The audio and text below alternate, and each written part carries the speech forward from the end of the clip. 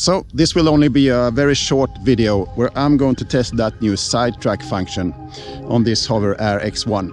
I want to see if it's fast enough for mountain bike riding, and I sort of going to try it here on this rather twisty trail. It's a slow and twisty XCO track here in Gothenburg. So I give it a try to see if it can keep up. So it sort of tracks from where you started. If it started from there, it tracks from there. And if you started from there, it tracks from there. Try to keep it from there, straight from the side. Standard side track.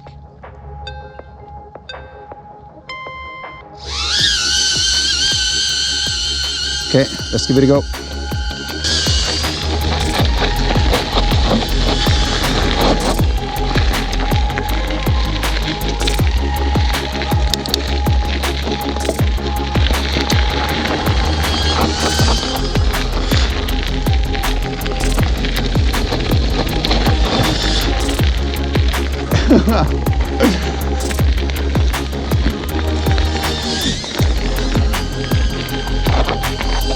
Jesus.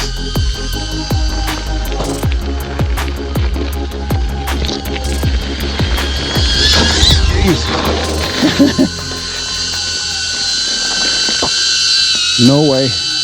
Okay, second try. I'm not going to go in that twisty section. Definitely can't keep up there. Let's try to keep like a straight line here, straight to that jump down there, if you can see it, and have this drone track me from the side. Hope for the best.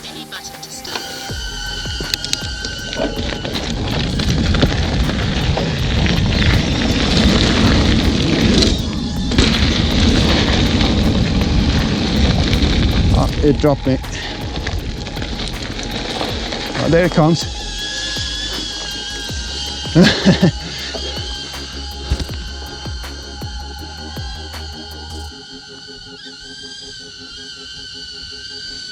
Oh, that's a weird function. I don't think that works very well when going from side to side. Okay, let's try this when going straight on an open field. Current mode, custom, side track. And to see how fast we can go without turning this time. Standard side track.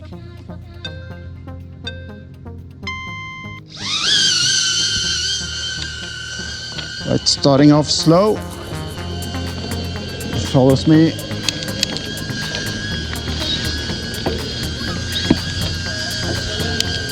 So this is 12 kilometers per hour. 15, still keeping up. 18, yeah, sort of keeping up. 20, 22, 23, 25, so 25.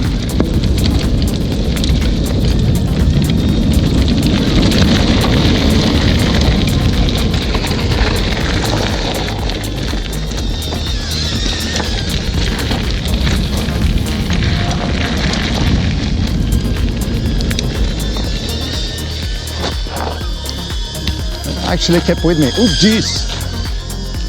It goes haywire sometimes. Come here. Oh, it's just going into auto land.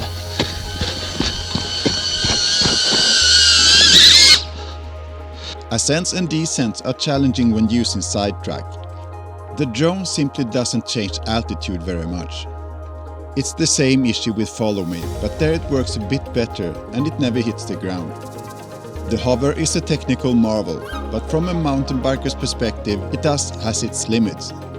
Follow Me is what works best, but even with that function, there are things that you cannot do. 180-degree turns don't work very well.